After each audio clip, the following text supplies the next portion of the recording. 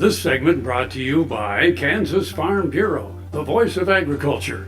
To join today or more information, go to kfb.org or find us on Facebook and Twitter. Back again. You know, my brain is very strange, as you know, and that is because we're going to talk about pumpkins. Who was the first person that looked at this orange thing, broke it open and said, "What can you do with this?" And somebody said, "Make a pie." I don't know. I know that pumpkins, if I'm not mistaken, pumpkins, gourd, squash, those are indigenous to America. Mm-hmm. And I guess you'll just make, sweets out of anything. It is funny, and I think this next segment about pumpkins may even talk about this. I can't remember.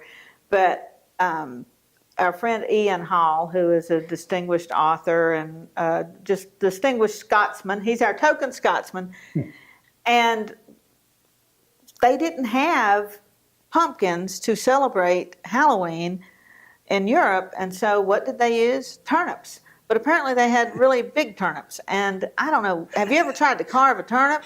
Like carving a pumpkin's not bad enough. To carve a turnip, you got to have a drill and a chisel, and I'm not kidding. I'm like, that's the saddest thing I ever heard. They had candles and turnips.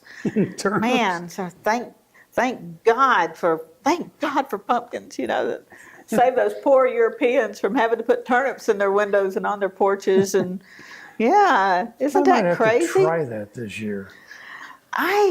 And apparently they had big turnips. I've never seen a turnip big enough to put much of a candle in. I know, you're certainly not going to get much of a jack-o'-lantern with a turnip, are you? Sure this is a pumpkin? Maybe that's just a big turnip. That's why it said. All right, let's take a look at pumpkins. No fruit or vegetable captures the imagination like the pumpkin. Cinderella used it as a coach. Peter Pumpkin Eater kept his wife inside its shell. Charlie Brown fell asleep awaiting the arrival of the Great One. It scares us, it entertains us, it feeds us. My favorite scene from all the Harry Potter movies is Hagrid's pumpkin patch. Aren't those pumpkins wonderful? Don't they conjure images of coaches and dwelling places for little beings? There is a wonderful mystery to a pumpkin. Now comes the season for pumpkin pie, pumpkin soup, pumpkin bread, pumpkin ale, pumpkin truffle. Oh my! My friend Bryce Benedict used to grow hops to make his own pumpkin ale, which he generously shared a couple of years ago. It made the best cheddar ale soup I have ever tasted. The pumpkin flavor was just the extra touch to make it interesting. The website, All About Pumpkins, lists dozens of varieties and gives us a little history. Pumpkins and squash are believed to have originated in the ancient Americas. These early pumpkins were not the traditional round, orange, upright jack-o'-lantern fruit we think of today when you hear the word pumpkin. They were a crooked-necked variety which stored well. Archaeologists have determined that variations of squash and pumpkins were cultivated along river and creek banks along with sunflowers and beans. This took place long before the emergence of maize, corn. After maize was introduced, ancient farmers learned to grow squash with maize and beans using the Three Sisters tradition. According to Pumpkin Patches and More, the tradition of carving a jack-o'-lantern from the pumpkin began in Scotland and Ireland. Well, of course, except they used turnips, since pumpkins were native to the New World.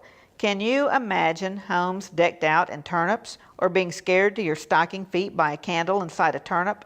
Well, my friend Ian Hall, token Scotsman, verifies the tale and adds that the turnips were pretty hard to carve. And now, dear viewers, I'm off to the pumpkin patch. Well, we have to go. I'm Frank. I'm Deb. And we'll see you somewhere around Kansas. Closed captioning brought to you by Ag Promo Source. Together we grow. Learn more at agpromosource.com. Is more than tornadoes. We're the best part of Dorothy Street.